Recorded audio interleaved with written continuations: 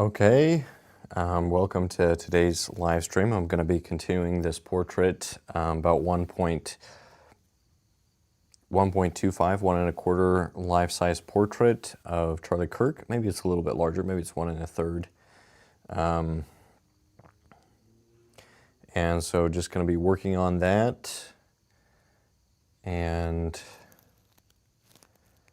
you guys have any questions or comments or topics of discussion that you'd like, feel free to put those in the comments, and if it's or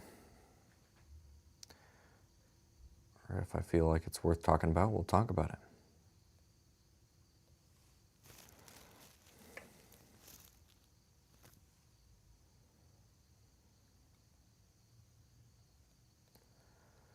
Let me bring up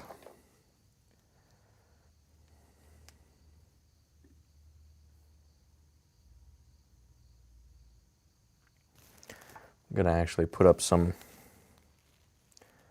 footage here on I have a TV screen that I can see over here. I'm just going to silently put some footage of Charlie Kirk. That way I can see and study that while I'm working. And I also have references that I can bring up.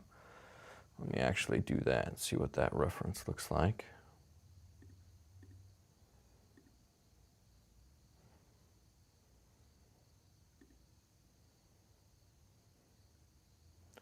So this is one of the references.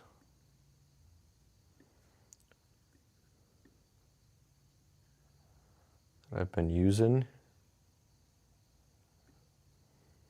It's about the same angle or close to a similar angle. Though the lighting is probably a little bit more dramatic on mine than what was there originally.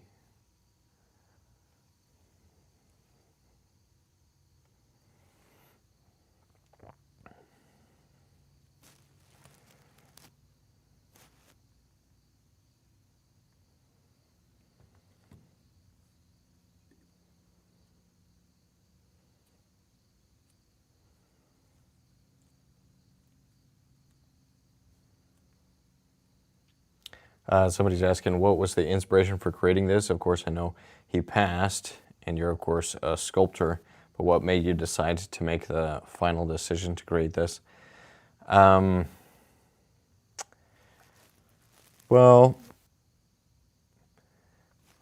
I'm a conservative, a Christian, husband and father, and I have that right in my bio, so a lot of people are like, oh, I'm unfollowing you because I found out that you're a conservative, you're a right-winger. It's like right in my bio that I'm a Christian, conservative, husband, father, pro-life. So I value a lot of the things that Charlie Kirk spoke up for and argued for and debated for and gave his life for, ultimately. Because those that disagreed with his views wanted to stop him from sharing them, and so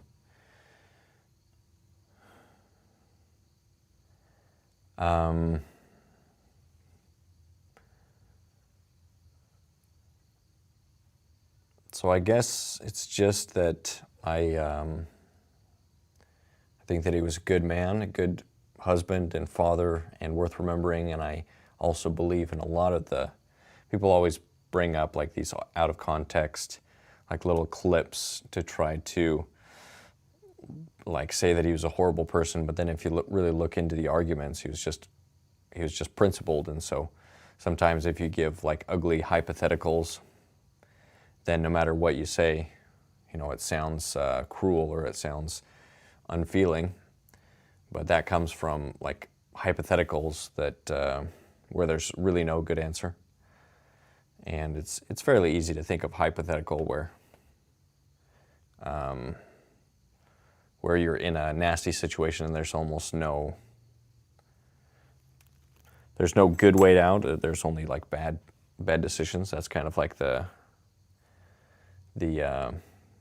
tragedy. And so, but put in front of these hypotheticals, he was just consistent with his positions, and I respect that a lot. And so, I agreed with a lot of what he said. And the truth is, yeah, if it was a left-wing commentator who was assassinated by a right-wing person, which, doesn't seem to happen at all. But if that was the case, then I don't know if I would have done it. Like, I don't know if I would have, out of my own volition, maybe if somebody would have reached out to me and said, hey, like, I really like this person, would you sculpt this person, then maybe I would have, but I probably wouldn't have just had the initiative to do it on my own. But because he's somebody not only that I respect, but I also respect what he stood for, therefore I think it's good to make a monument or a remembrance of those people that speak out for what's good and what's true and what's right. And so that's why I decided to start it. And you never know, some of these projects work out and sometimes they don't. So I didn't know if this was going to, if it was going to look like him or not. Still has quite a few issues that it needs to have worked out before I feel like I'll be comfortable putting my name on it and say it's finished. But it's coming along, and I'm glad that I made that decision to start it and work on it just a little bit every day. Will you perhaps give this to his family or something? It would be good PR for you, and it's possibly something they'd like. Yeah, I'd be more than willing to do that. I probably don't have the funds to bronze it, bronze the sculpture, but I know that people have been raising funds for these types of monuments, and so if somebody, if one of those groups can pay for the mold, because the molding is kind of expensive too, and the casting, then I'd love to not only put this up as monuments, but also have some for the family. And I think there should be at least one monument to him that goes up in every state, and there should be 24-hour surveillance, and they should be protected as national monuments. So anybody that defames or takes them down should be federally prosecuted, because there will be people that do that just because they disagree, and that's something you've already seen from left-wing groups to take down monuments and sculptures. So he says camera glitched. Yeah, it's the connector that I have. Sometimes it doesn't even recognize it at all, and so I purchased another one, but it won't be here for a little bit.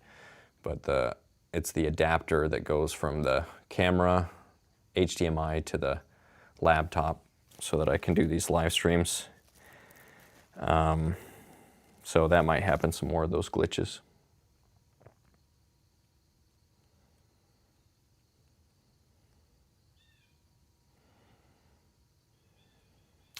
Hi, sir. Hello. I have been following on as you work on this piece. Thank you from a man who has grown closer to God through this tragedy. Well, that's a lot of people. Yeah, a lot of people say that they weren't that religious, but seeing,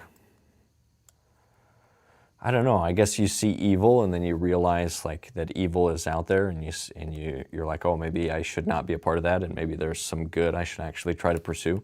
I think evil has a way of waking people up. And so not that it's a good thing, it's an evil thing, an evil act by a person that was consumed by, evil ideas and chose to give in to those evil ideas. But then when we see that, we're like, oh yeah, Satan, probably is real. And if Satan's real, then probably God's real. And if God's real, then probably we should figure out what he would have us do and try to do that as best we can. And so there's kind of an awakening, I think, that's happening. Sometimes it's easier to recognize the existence of evil than the existence of God. But if evil exists, then God must exist, because otherwise, it's not evil. It's just things that happen. It's just atoms bouncing into one another. There's no moral framework. There's no objective moral framework. There's just opinion and evolutionary biology and empty, meaningless universe, indifferent to our plight here on Earth, and I just don't believe that's the case. And I think we all have a sense that that there actually is a moral reality to things, and that if we live inside of that moral framework, then things get better. And if we ignore it or if we deny it, then things get worse.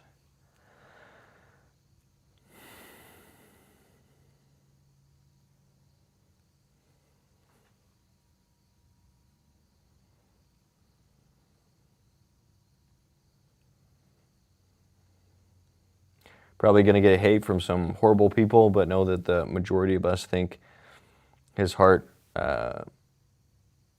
working to sculpt him. Think this is heart working to sculpt him. Think this is heart.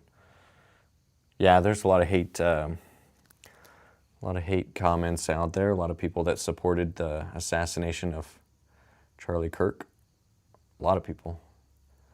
Like a surprising amount of comments that were supportive of the execution of an innocent man that never, he never stood trial or anything.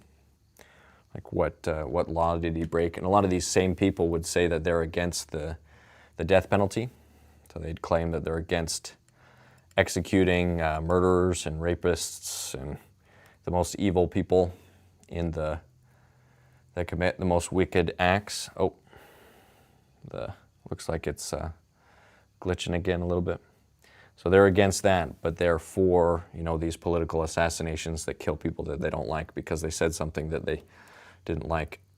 So it's really interesting to see the hypocrisy of the leftists that have been basically driven morally insane by their philosophy. Yeah, that keeps glitching. I don't know what's going on. So that's just how it's going to be.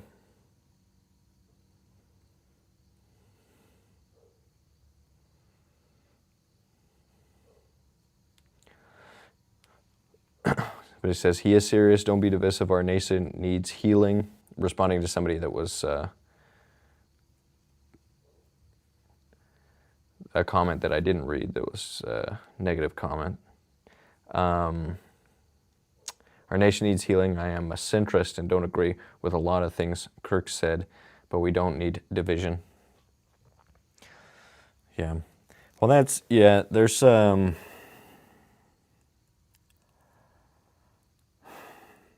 so a lot of people, I'm going to just say it depends, So when you're uniting or when you're dividing, it depends on what you're uniting over or what you're divided about.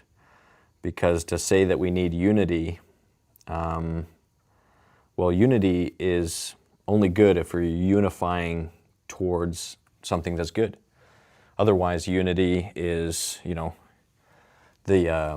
the Nazi regime created a lot of unity in Germany by removing those that disagreed, those political enemies. And so they created unity. So they were unified, but it was a bad unity. So what we're unifying over actually is important. And I'd say that what we could unify over with Charlie Kirk is the ability to go and have civil disagreements and to debate things. That was kind of what he was known for, was going and his willingness to talk to anybody about basically anything. And talk to those that disagreed with him first and put them kind of at the front of the line to word or to share their views. And then he could explain where he was coming from. So as far as like unity, just screaming or just saying, well, we need to be unified, I'd say, well, it depends on what we're unifying over. If we're unifying over, freedom of speech, freedom of religion, the principles upon which this nation were based, universal human rights that come from nature's God as outlined in the Declaration of Independence, like those are things I can get unified behind. But if we're talking about unifying behind some unifying just for the sake of unity, or just, it's like the people that are celebrating the execution of Charlie Kirk, I'm not unified with them. Like I don't want to be unified with them because they're pushing something that's evil, and so I don't want to unite with. We should unify around basic fundamental things that we can agree on. And there's less and less of those as the left moves farther left and argues against, the founding principles of the country. Then what do we have to be unified about? Like if those things go, then we got to watch out, because then the unity's gone.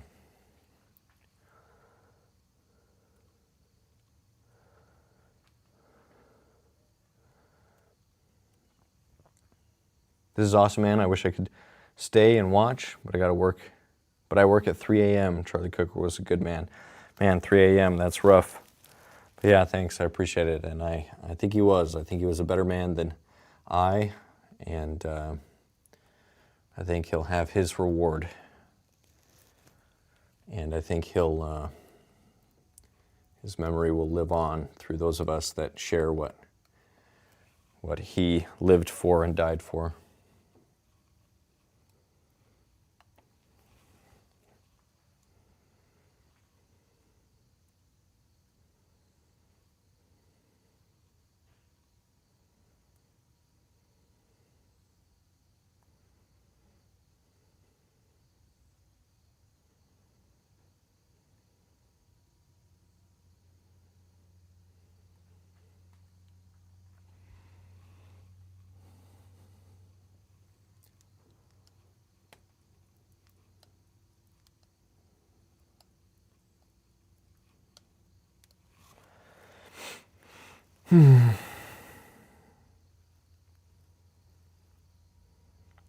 Somebody's saying, yeah, Nazis also claimed non-whites produced degenerate art. Coincidentally, that's what Kirk called hip-hop and rap. Curious, no?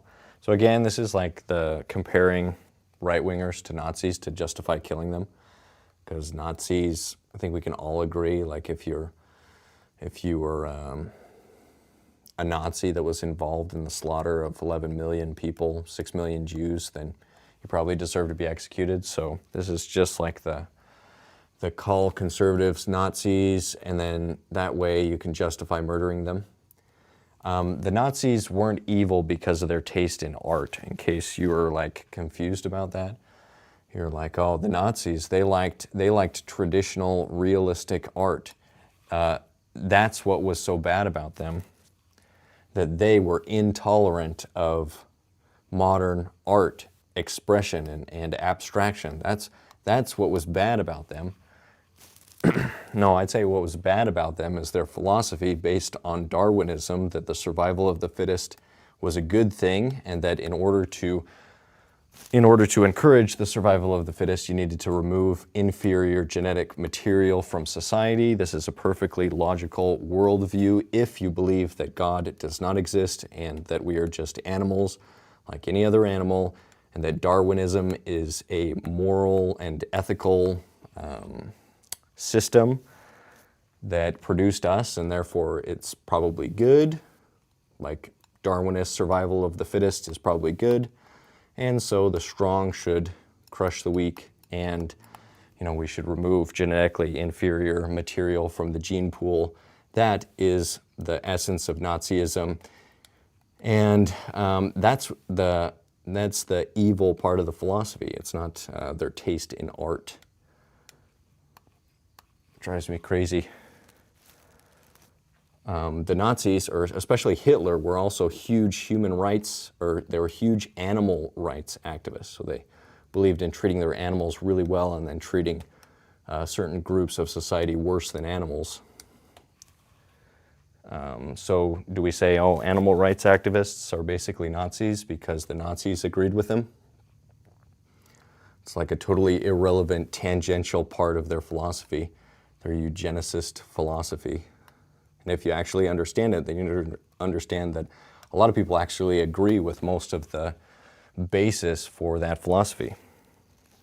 In a materialistic universe, Darwinist mechanisms, that is survival of the fittest, are what created us. There is no God, therefore we create our own morality, and therefore, it's a moral good to help Darwinism along by removing genetically inferior individuals or people that might taint the gene pool. That's a worldview that makes sense if there is no God. But if there is God and He created us, that means that each of us are endowed by our Creator with certain rights because we're created in the image of God.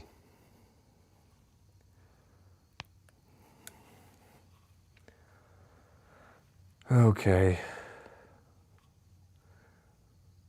In other words, that's a bunch of nonsense, comparing conservatives to Nazis to justify murder. A real evil way of looking at the world.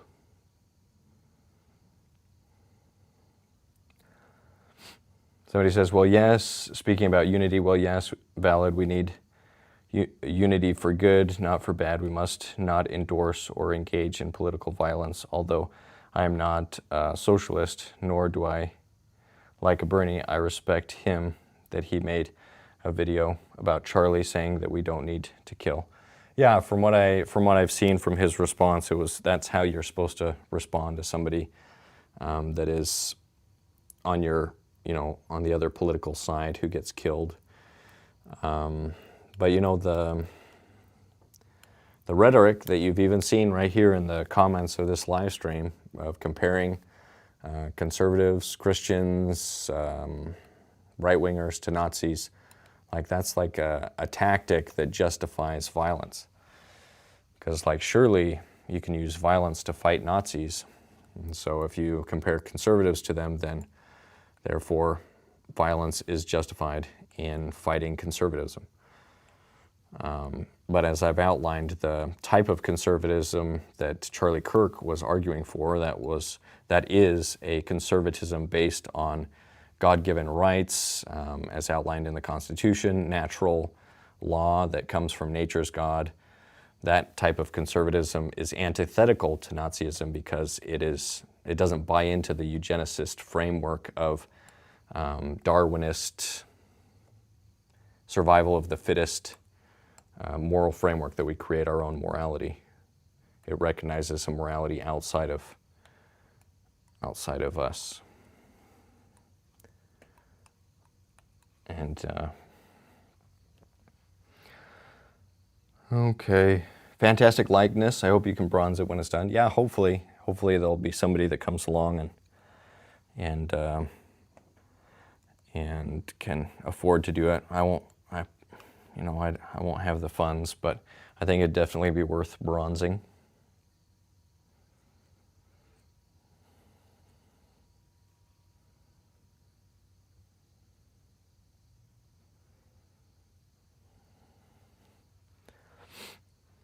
This person that was comparing conservatives to Nazis says that the Nazis, were also heavily anti-communist. Another coincidence, again, another curious coincidence. Well, the Nazis are the National Socialist Party of Germany. They were socialist, so they were just an offshoot of communism. And they agreed with Karl Marx in the Darwinistic framework of survival of the fittest, as I've laid out, that we can kind of create our own moral framework, just as the communists. So they're both based on Marxism. They're both based on Marxist philosophy. Nazism more on Darwinist philosophy, and also on the eugenics movement that was the eugenics movement that was actually really popular in the United States. Also Democrats in the United States that pushed eugenics, and they applied it to the black population, but the Nazis applied it to the Jews and other minority groups, and the mentally disabled, the handicapped, and they also, the Nazis also claimed that compassion was the reason. These poor Jews are just suffering, so it would be better for them if we helped by putting them out of their misery. They're just these poor things in these horrible communities. Well, they first villainized them, and then they used compassionate language that it would be compassionate to help the disabled by removing them, like the medical assistance in dying or MAID that's popular in a lot of Democrat-run areas, left-run areas. But the arguments for Nazism or the genocide are the same arguments that the left uses for abortion. So like overpopulation, like I said, removing inferior genetic material, removing the poor. So like if you do a test and you find out that the son or daughter is going to have Down syndrome, then a lot of people say, oh, then killing the son or daughter in the womb is justified, abortion is justified because we're removing that genetically inferior material from the earth. So they're the same arguments. There's only a few arguments for executing an innocent human being, and they just repeat. So the left uses those arguments to argue for the slaughter of sons and daughters in the womb, or MAID, medical assistance in dying, helping, quote unquote, helping people that are older and their lives, medically, quote unquote, though medicine is for healing, it's not for killing. Killing kind of goes against what medicine is.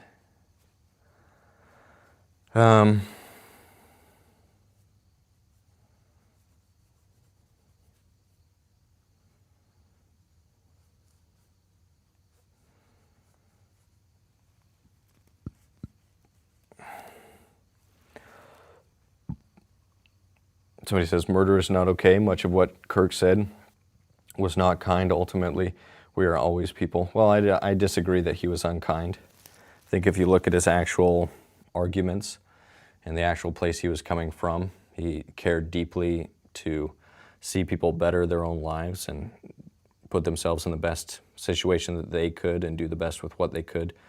And he believed that the policies that the left was pushing for were actually harmful to the people that they claimed to be helping, which I think is true. I think there's a lot of evidence for that. If you just look at areas that have been run by Democrats for 50 plus years, you can see that the education goes way down, poverty is really bad, crime's really bad.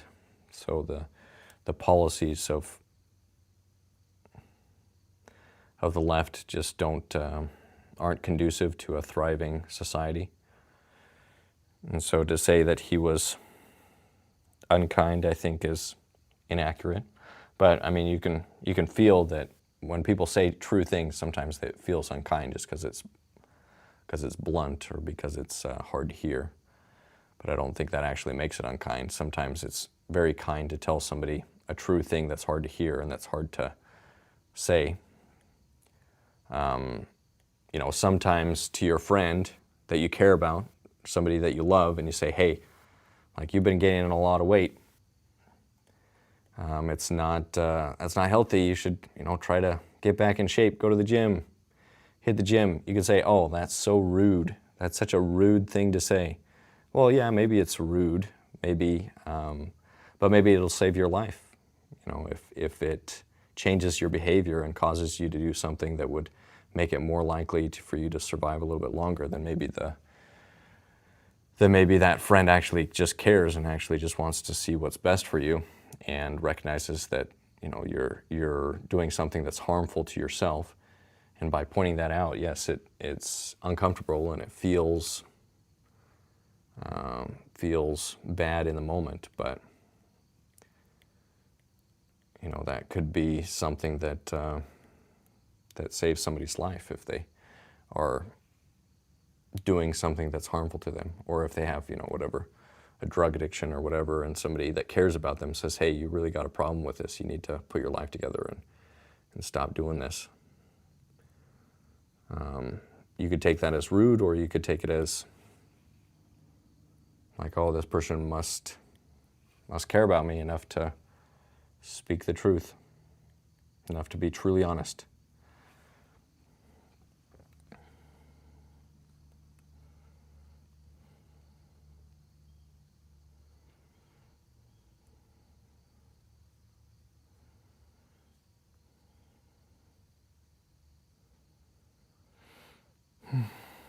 Somebody says, right, you and I can agree with things like gun ownership, pro-Second Amendment, morals, freedom of speech, religion, press, equality, etc. We can always find ways to look for similarities and engage in dialogue like Kirk did, even though we might be different in some ways, we are still people, and Kirk didn't deserve death. He wasn't like Nick Fuentes, who praises Hitler. Well, I don't think Nick Fuentes has done anything to deserve execution. I think he says things that are a lot worse.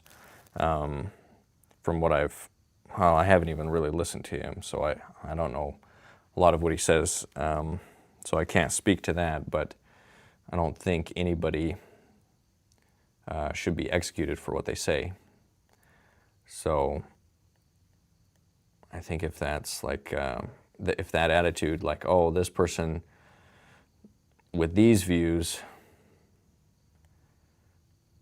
shouldn't have been killed, but this person over here, he's got really bad views, you know, if somebody took him out, that'd be okay. I disagree with that way of putting things. Disagree with that political violence is ever justified, and I think you do too. I think you're just maybe just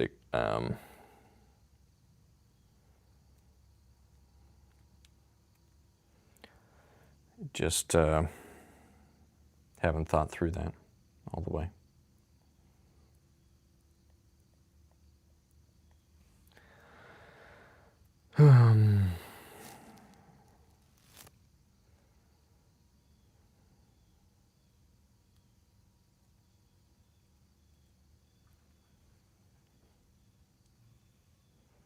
So here's another comment that Charlie Kirk claiming. It says, he said black women are low intelligence, which he did not say. He named specific black women who are leaders in the Democrat Party, including, I think it was Kamala Harris. I don't remember who they were, but he named specific black women, and he said they are not, they're not very intelligent, something to that effect. Low intelligence.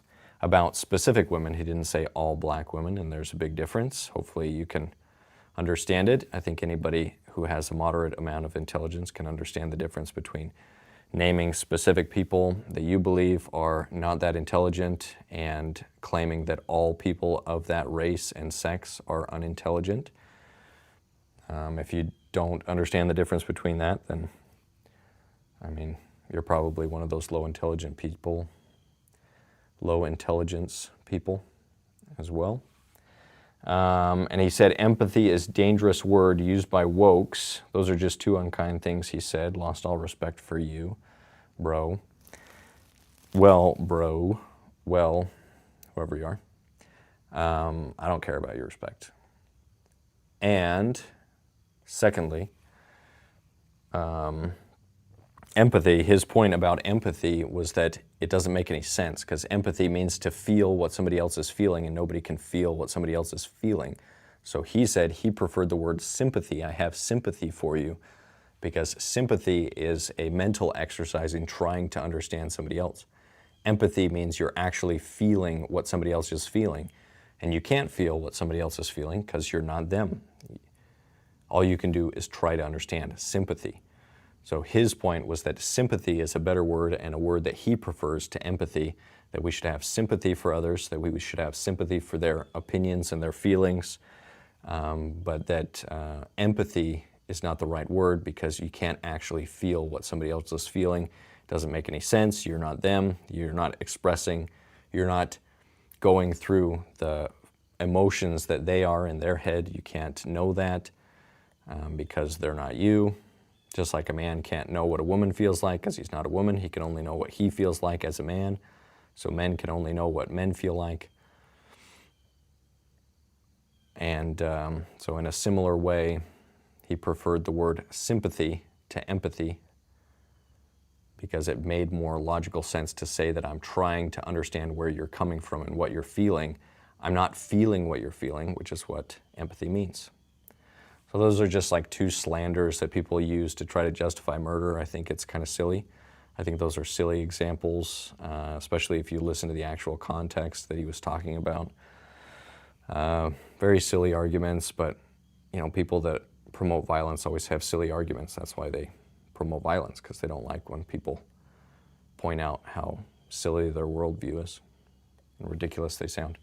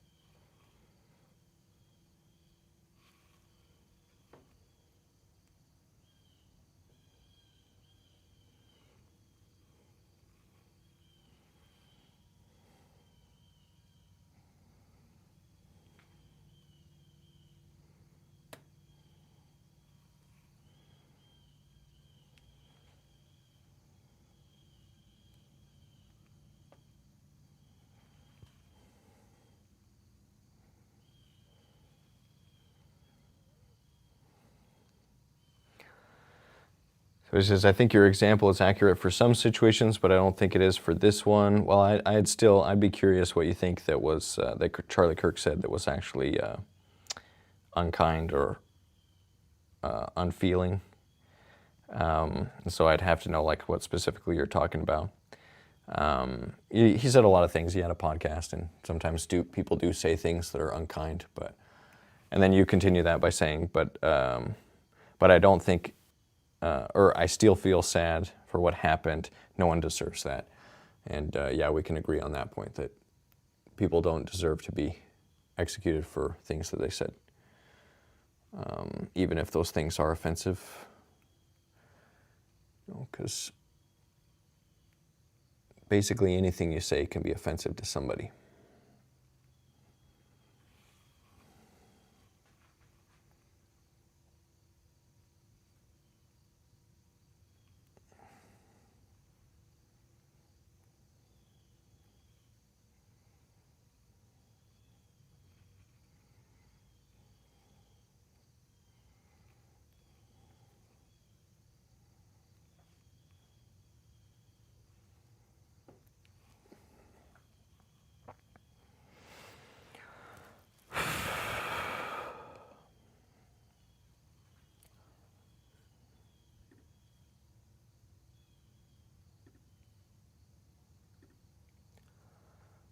I'll take that off.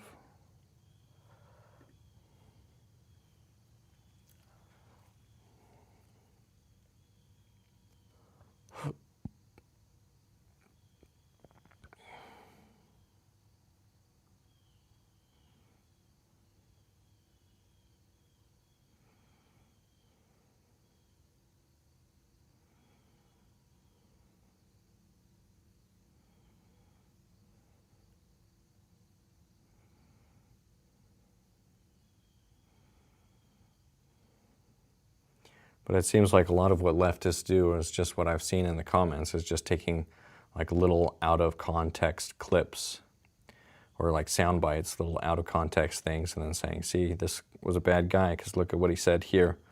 But then if you just expand the conversation to see what he was talking about and who he was talking to and like what his point was, then it's a lot harder to argue that he should have been executed for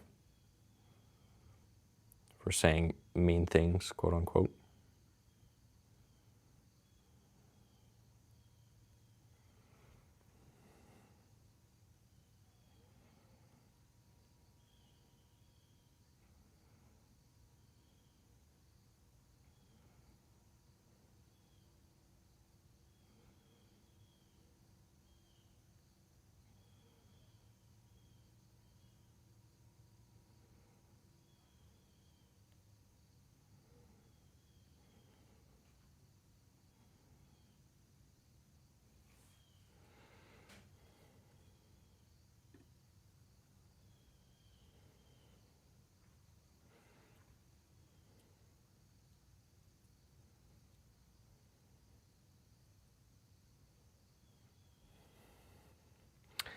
I'm an artist too, and I find that nailing the mouth really gets the essence of the person. Yeah, the mouth is really important. I mean, the whole face is important. We're very particular about all of the features, but the mouth is more important and more difficult than people would think.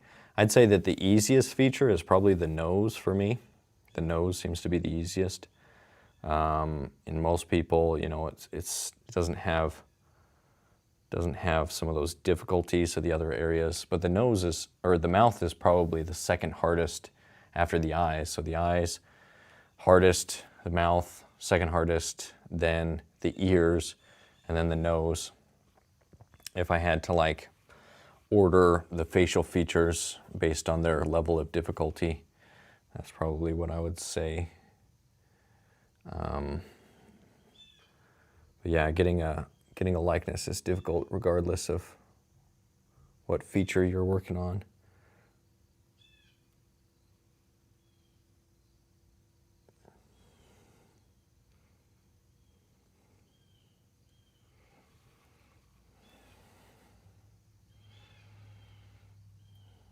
I agree, it looks wonderful. It looks just like Charlie, to be honest. Well, thanks, I appreciate that. It's not just like him. There's still some things that are a little bit off, but hopefully I'll be able to figure those out by the end, and it will be a decent representation by the time I work everything out. That's the hope. He definitely did have distinct features.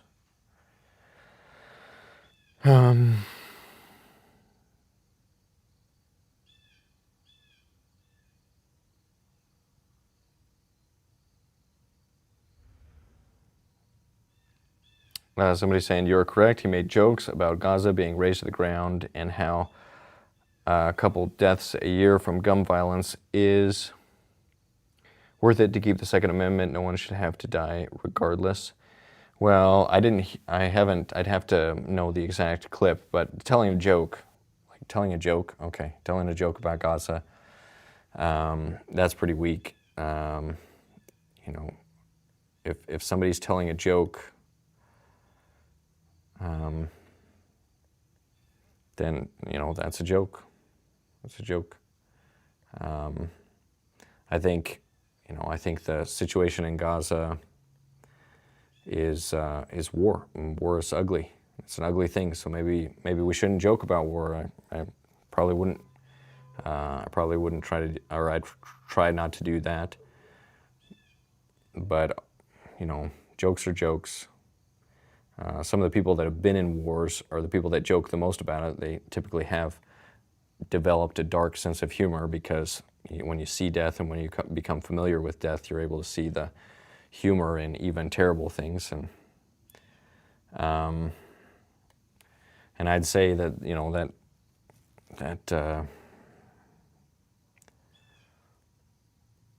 I think that's a silly justification for saying that somebody deserves to die because they make make a joke. Well, and you're not saying that, but there are people that say that, that point out to, you know, these little sound bites of something they didn't like. As far as the gun violence, he made the comparison from the clip I saw. He made the comparison that that car deaths vastly exceed gun deaths, and so should we get rid of cars if it saves those lives? His point was that we're okay with some casualties in order to preserve some liberties, and so the liberty or the freedom to drive a car, we judge it as worth the sacrifice of some of the lives that die in car accidents. Now, we don't say that, and maybe we don't like to think of it that way in those terms, but that is the deal that we've made with ourselves, that we accept that there's going to be some deaths because of cars, and we say, well, we're going to accept that that's going to happen to a degree, and you know, we'll try to minimize that, but recognize that that's just part of life, that life is inherently dangerous. And so life is dangerous, and so that's also the reason for having guns, is because there are people that want to do evil things, and it's good to be able to stop those people with deadly force. And it's a responsibility that the American people hold to protect themselves, their families, and the country from tyranny, government tyranny. And those people that founded the country recognize the importance of the Second Amendment. So again, that's just like it's just an argument that that is clearly true. Clearly we judge it worthwhile to accept some deaths in order to drive cars. And so that same logic applies to firearms, that there's going to be some like accidental deaths, some deaths due to suicide, and some people that use firearms to kill other people, as they did, as the shooter did with Charlie Kirk. You know, it was used a firearm to kill Charlie. But those of us that understand what happens to a society when the only people with guns are the government, you know, that's what Nazi Germany, they got rid of the guns. Communist China, they got rid of the guns. You know, Pol Pot I don't even know if they had guns there, but the only armed people were the government, and then the government is able to commit a genocide against a population because they're unarmed. So I think it's good to recognize that we don't live in a fairy tale world, we live in the real world, where you might need to protect yourself from people, even government agents coming and knocking down your door there to take away your rights, your liberty, your life, your property. And so we have to recognize that that's maybe something at some point that we'd have to fight for. And that's what the right to bear arms is all about. Yeah, I don't see that as a unkind or unfeeling thing. The jokes of Gaza, I'd have to hear the jokes, and I think there were also a lot of people in Gaza that were celebrating the death and destruction that was done by the terrorists and Hamas when they came into Israel and, you know, committed an act of terrorism against the Israeli people. So I think that the whole thing is a mess over there, and war is ugly. So.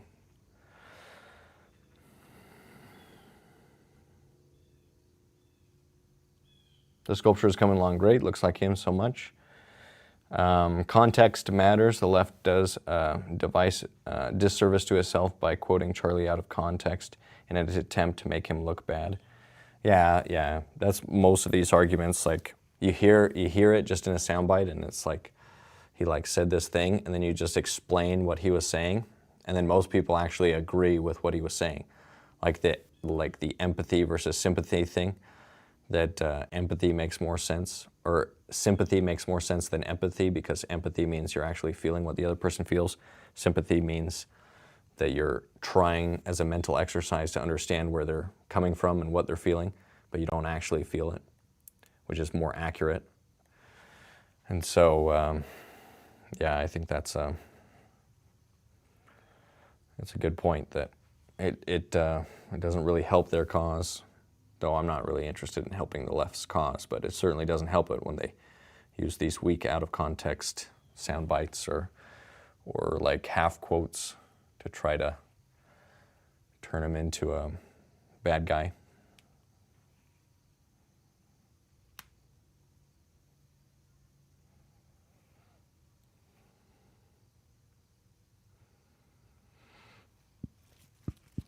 No matter where you fall on the spectrum of politics, I wish you all a great day and happiness. Thanks for sharing your art. Yeah, no problem, and I can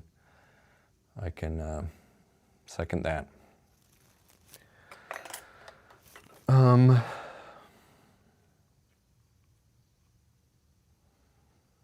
think modeling people is such a fun process, like digging up features. You slowly get closer and closer to how they look. The point was cost versus benefit. Yeah, it is kind of fun to try to get a likeness. It's difficult, and I'm certainly not the best at it. I'm not a great person, but you find that some people's, features are just easier sometimes. I found that this portrait has been relatively easy, but I think it's because I really tried to build the foundation accurately before I jumped into any of the features, and I was trying to use the references. I think from the side view it's still a little bit off, and even from the front, I might have had, just based on the shadows, this feels like there's things that are off, and I'm still just kind of pushing and pulling, but it is a fun process to try, especially as you get better. At the beginning, it's a very frustrating process. You're like trying to make it accurate, and just everything looks wrong, and everything's, nothing's working, and that can be very frustrating. But then as you build a little bit of skill and learn the technique and learn how to structure things from the beginning, then it becomes, it does become a fun, enjoyable process. And yeah, hopefully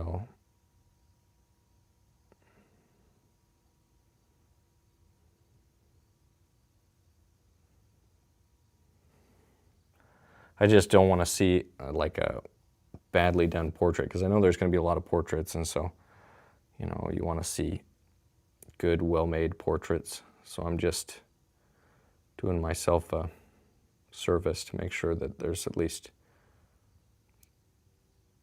some decent portraits out there. No, I've seen Quentin McCann, who's a friend. He's done a portrait of Charlie, and he's really good at portraiture.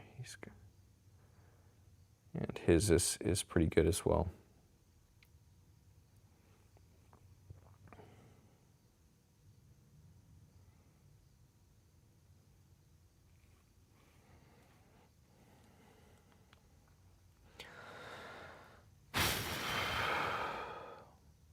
Champion.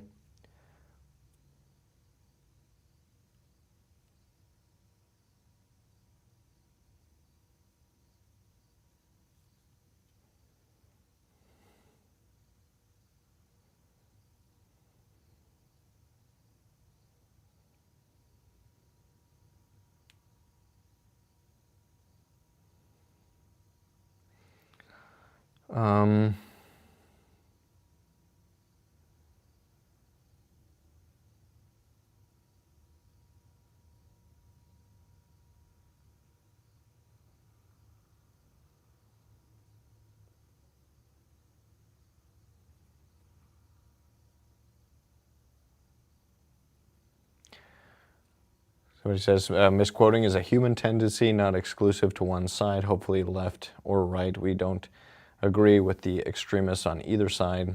That's like wanting your whole family to be judged by the crazy fam, or by crazy fam. Yeah, misquoting happens all the time. So he says, if you think, I think if you referred to Gaza war, you could also refer to 9/11, October 7th, sanctions in Iraq that killed 400,000 children, I assume by starvation is what that's talking about. With the war in Iraq, yeah, that was an ugly thing. Also started by a terrorist, by Islamic terrorism.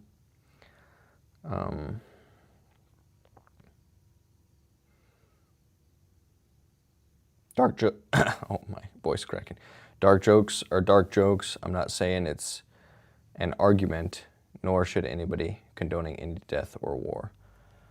Yeah. Yeah, people make jokes.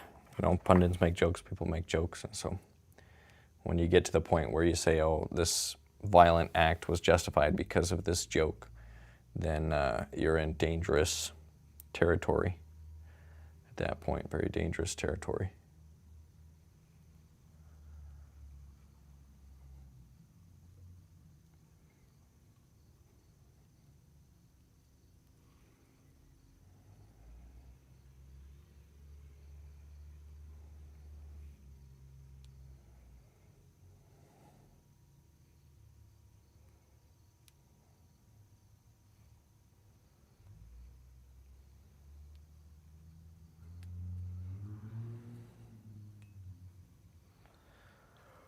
So what he says, it doesn't look like him.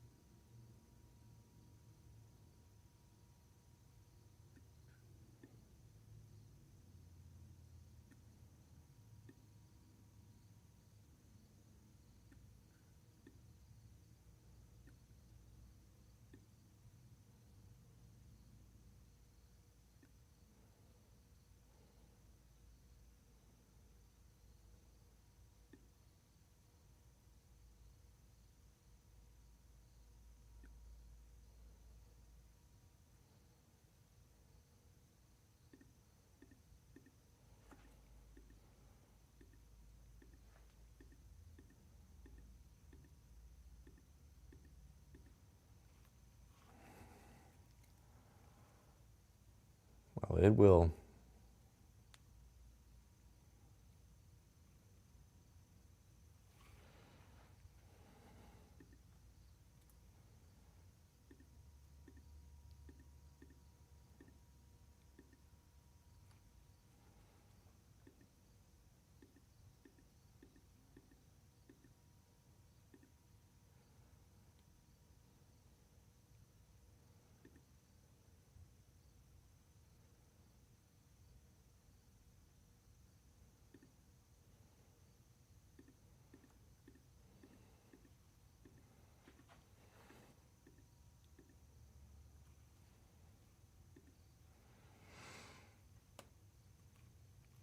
Ooh.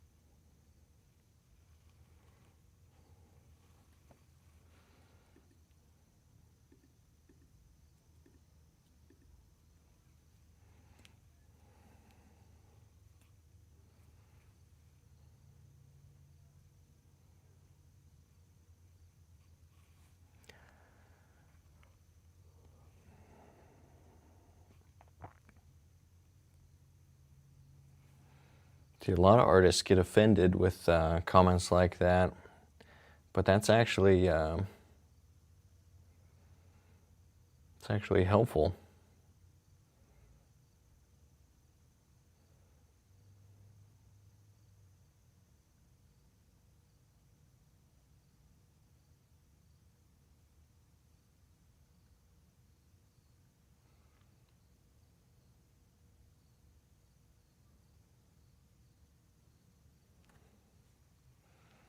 Then I can check myself, and I just get better.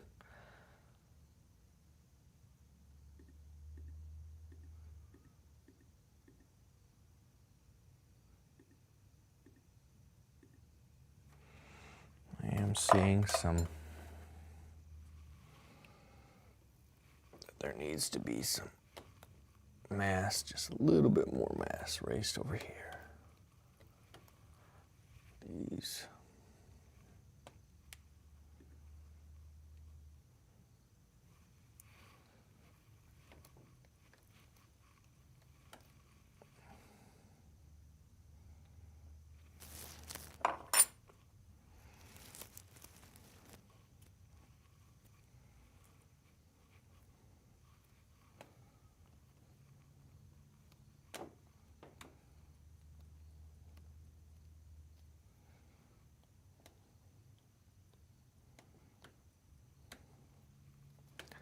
Raise this up to create some air pockets, and then I can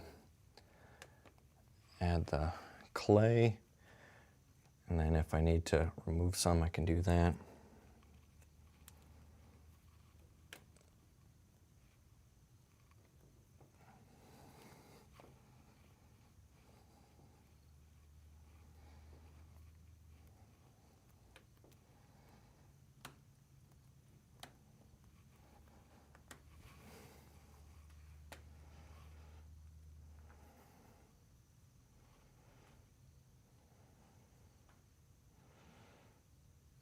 I think I did widen the head a little bit without widening the, or I widened the cheekbone area here without widening the back of the head. So now I can come back and do that.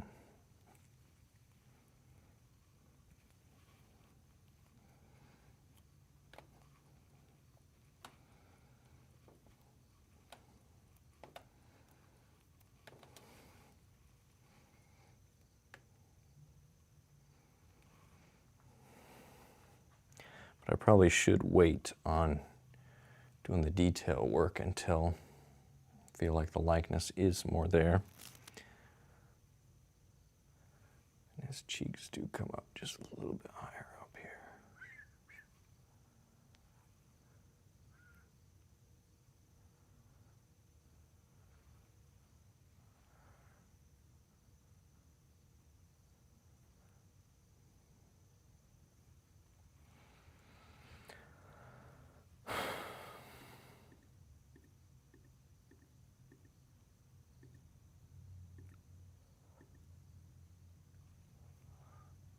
Looks like I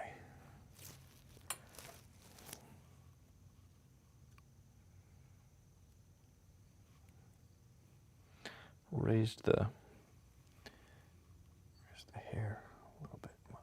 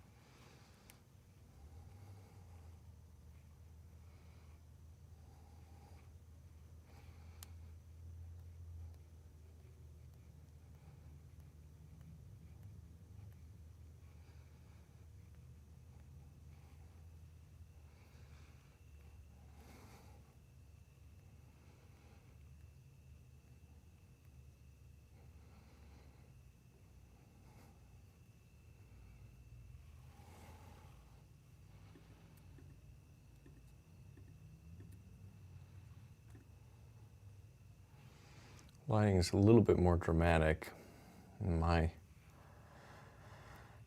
studio than the lighting that I'm using as the reference, and so it'll change the shadows a little bit. But it is pretty good of a way to check the shape of the shadows on the form to see what they're looking like.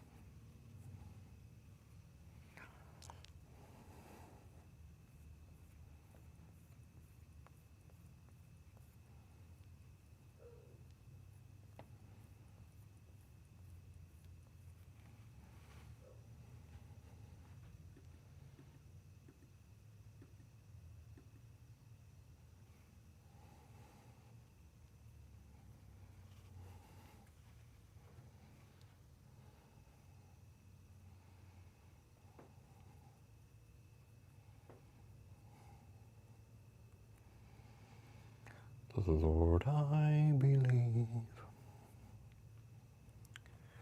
Help thou my unbelief. Grant reprieve. Beg for relief. Try.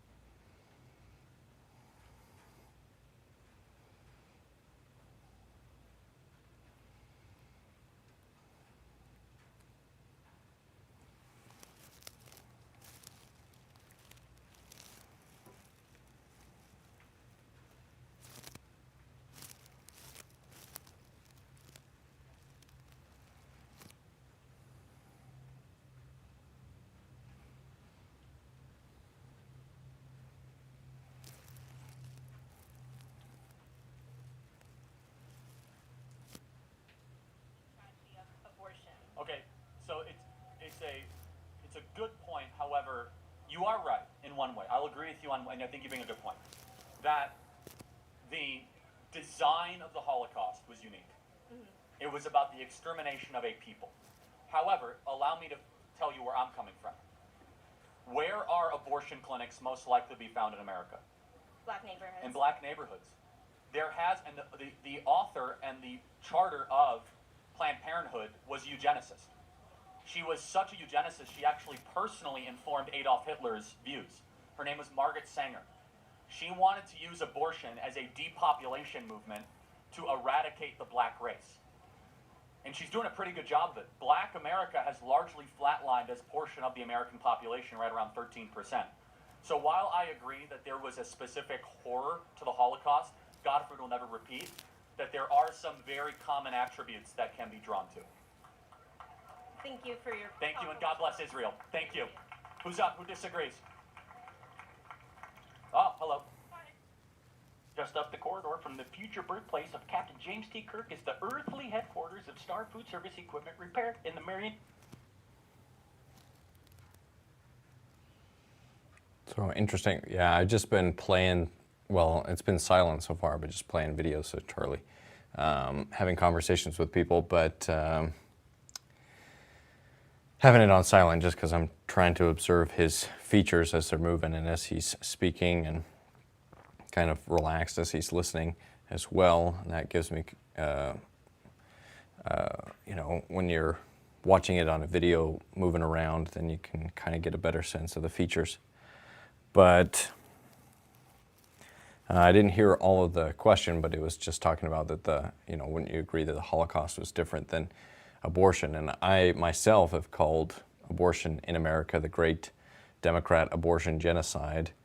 Because that's what, if you believe abortion is the direct and intentional killing of an innocent human being, then it has to be a genocide, because genocide just means that, like, the mass slaughter of a group of people. And so, so I think that's an accurate descriptor. And Charlie was just pointing out that there are some unique things about the Holocaust, but that the ideas that fueled it were basically the same ideas that were present as far as eugenics, removing people. And we actually talked about this earlier in the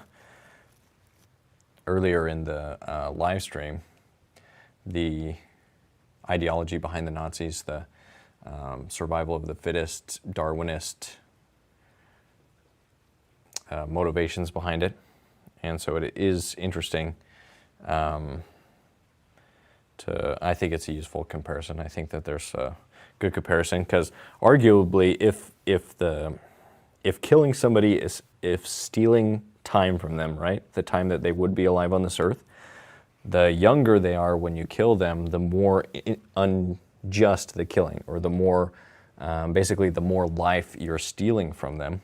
I think that's a fair way to put it. Now, I believe that all human life is intrinsically valuable, so somebody becoming older doesn't make it more okay to kill them. Like it's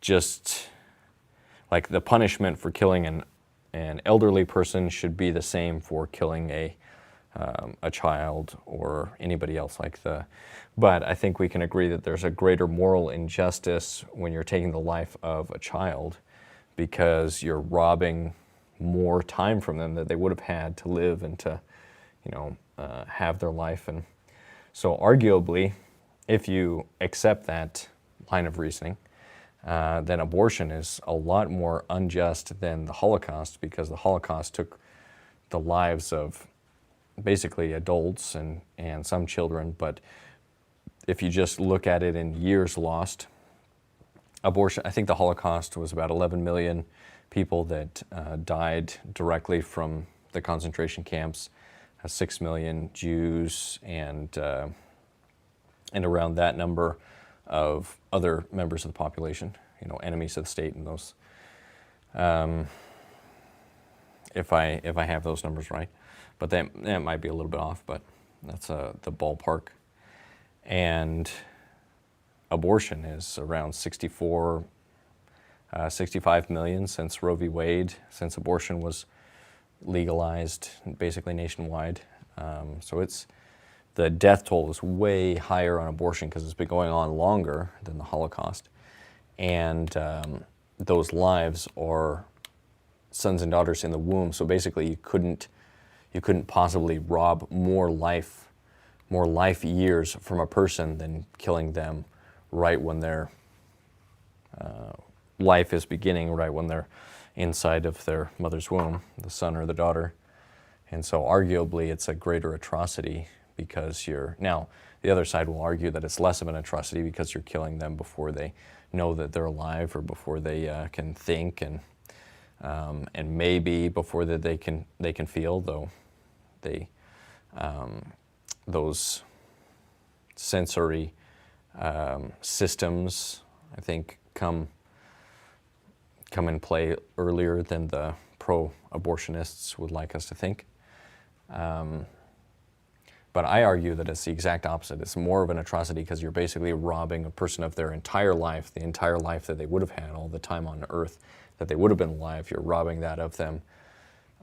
So the smaller, the younger a person is, the more of a moral atrocity it is to end their life if they're an innocent human being.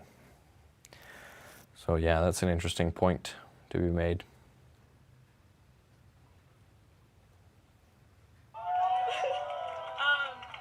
I am not liberal. I'm actually very independent. I come from a military family with conservative parents. Yep, go military. I am here to ask not only you a question, but everyone in this audience a question, because personally, as America, I think that we are missing a lot of important conversations that need to be had as a country, because a lot of people are very concerned with abortion. A lot of people are very concerned with Mexican immigrants. But my question is... Well, illegal immigrants. Yes. Not all illegal immigrants are yes. Mexican. We don't racialize it, so. Happy to talk about that next, yes. How many abortions yearly did you say that there were Well, in America? so if you count surgical abortions, Yes. it's about 1 million. But Okay. there's something called a chemical abortion, which is an at-home abortion. So it's probably closer to 1.8 million. Okay, and do you know what percent or what number of that is from rape? Yeah, it's less than half of 1%. And that's Okay. according to the Guttmacher Institute, which is a pro-abortion. Okay. So 99.9% of all abortions are for... Oh my God. Yeah. Pirate guy. I know, yeah. Go ahead, keep going. Don't let it faze you. He's like a celebrity. Do you know how many women that's reported in the United States are raped and sexually assaulted? And another thing. Just let her talk. Got it. Great, thank you very much. Just stay focused. Just the more you talk, the less they'll talk. Yeah. Okay. How many are raped and sexually assaulted? And another quick question. Those are actually under-prosecuted most times. So we don't know. I don't believe that's true. Well, no, most rapists don't get arrested. Would you agree? Oh, yes. That's what I'm saying. Sorry. Under-prosecuted. Okay, sorry. And there also, a lot of them aren't reported. Everyone is so concerned with the embryos and like abortions. What happens to those embryos? Sons and daughters, if they're not aborted? embryos. They grow up and they happen to be women. What happens to them when they grow up and they get sexually assaulted? Because everyone here, I would like you to think, mothers, sisters, friends, daughters, have you or anyone that you've known been sexually assaulted? And if you're comfortable, please raise your hand, because I have. Okay, but hold on. I just want to make sure. Your argument is that, therefore, they should be aborted? No, not at all. It's a comparison. It's fully a comparison. I'm not here to talk about that. I think that there are bigger issues. We're running out of time. I think there are bigger issues in America right now than what the Trump administration is focusing on. Do you agree? Like, do you have daughters? I have a daughter. Yeah. You have a daughter? Okay. How would you feel if she was sexually assaulted? I mean, obviously, pretty Terrible. awful. Yeah. Terrible. Have you ever been sexually assaulted? No. No. Okay. Why do you not want to do anything to stop that? Well, I do. Like I you, mean, it's, okay, but you don't talk about it. Neither does the Trump administration. hold on, no, that's not a big problem that they have. Hold on a Even though second. I'm still talking, please. I'm still talking. What are you, please. Kamala Harris? I'm Okay, still- stop. I mean, I'm still talking, please. I wasn't one second. done and you No, I interrupted got me. your whole shtick. I came up here with my full respect to allow you to talk and you interrupted me. You're and I'm giving a asking for the monologue, same not a thing. question. So please ask your question. Okay. I think that there are more pressing issues than the Trump administration talks about. He talks about there's a lot more to it than what the Trump administration What is could be saying, more which is pressing than nuclear war? Seriously, we are on the verge of a nuclear war with Russia. What could be more pressing than that? I agree, but What could be more pressing than I having... think that women being sexually assaulted on the daily in America is a bigger problem than abortions. Truthfully, I do. Okay, I'm not going to... And if anyone, like... I'm not overly disagreeing, but exactly, also... Exactly. That's my thing. Do you think that there should be something done, put in place by the Trump administration to help women and men and everyone that are sexually assaulted? There needs to be something done. There already are laws on the books, so I mean, what would you propose And to it be still done? happens. And it's still, I don't know, I'm not the president. That's his job. That's his job. It's not Is his it job to end sexual assault in America. That's never going to happen, okay? And by the way, just so we're clear, it's a lot. We're talking about two different things. Rape is not the same thing as sexual harassment. It's not the same thing as sexual assault. Those are three different things. I said both things. But sexual assault could be something as going in for an unwanted kiss. Is that sexual assault? Yes. Whoa. So you think going in for an unwanted kiss is sexual assault? I thought you were talking about like something way more graphic. Sexual assault is a branch of things. Okay, so I'm hold on. mostly talking about rape and incest and like physical sexual assault. Yeah, of course I don't support that. The president actually signed the Violence Against Women's Act. Like, there's a lot there that you should look at. Okay. But most importantly is this. Reducing crime in the country is good for all people, women included. But I do have to stand up and just disagree on one thing. The overemphasis, though, on acting as if some drunk frat bro goes in for a kiss and you didn't want it, that he should be labeled as a sexual assaulter or a rapist is bad for everybody. I never said that. No, well, you did say it was sexual assault. I don't think going in for... Kissing someone... Sorry, you said going in, not like physically actually kissing someone. Like leaning in for an unwanted kiss and maybe delivering that kiss that the girl did not want. Is that sexual assault? If it's done forcefully, then yes. I mean, I'm sorry. I think that's like improper and wrong. I don't think the police should be involved in that. Do you?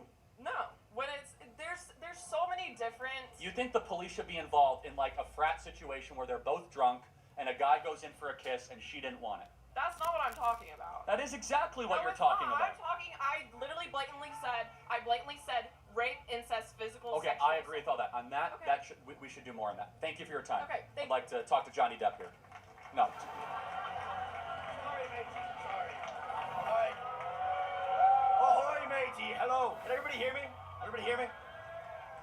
All right, so my question for you is, all right, so if a museum has a ship, right, and they replace all the parts in the ship while they're repairing the ship, and is that still the same ship? Or alternatively, if they went and took the original parts, put them all back together into another ship, which is the original ship?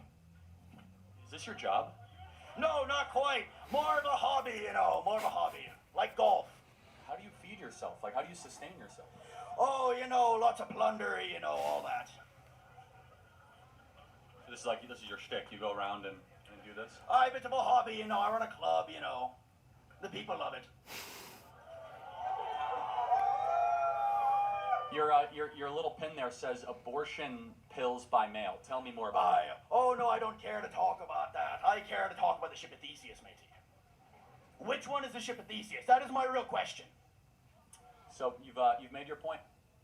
Well, like what point? Like, I'm asking you a question. I'm not tracking it, but to explain to me, though, like, so you go to college campuses and just do this entire thing? No, I go here. I go here. Oh, you go here. I'm a student. Oh.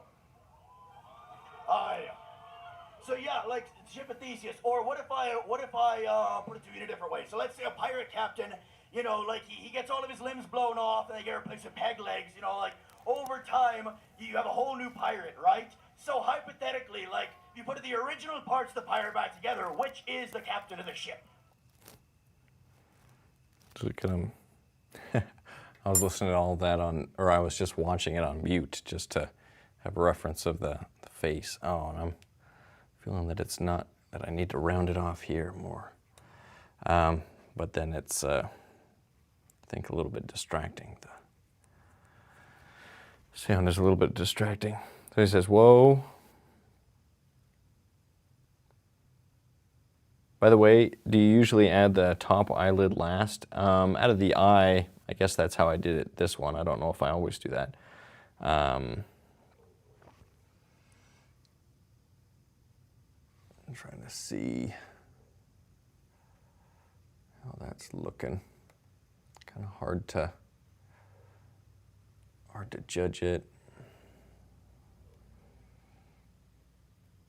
without looking at it straight on, but then I'm blocking the camera.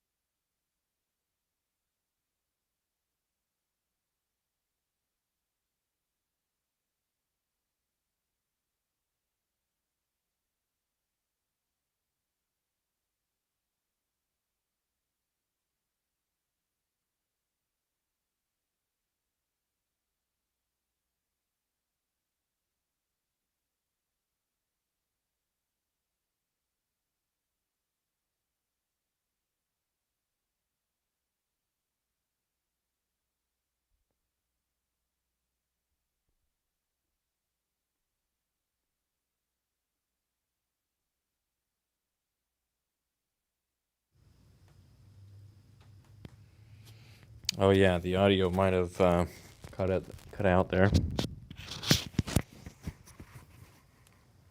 I don't know how long that audio's been out. I was saying something earlier, but I guess cut out for a while. It looks like it's back. Yeah, I think my my mic was just switched off. I don't know if it ran out of battery. I'll have to keep my eye on the levels just to make sure.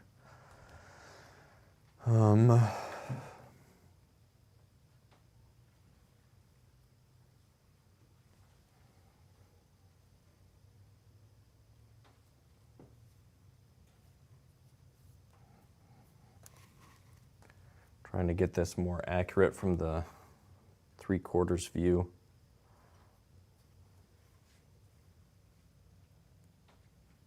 Yeah, very full cheeks.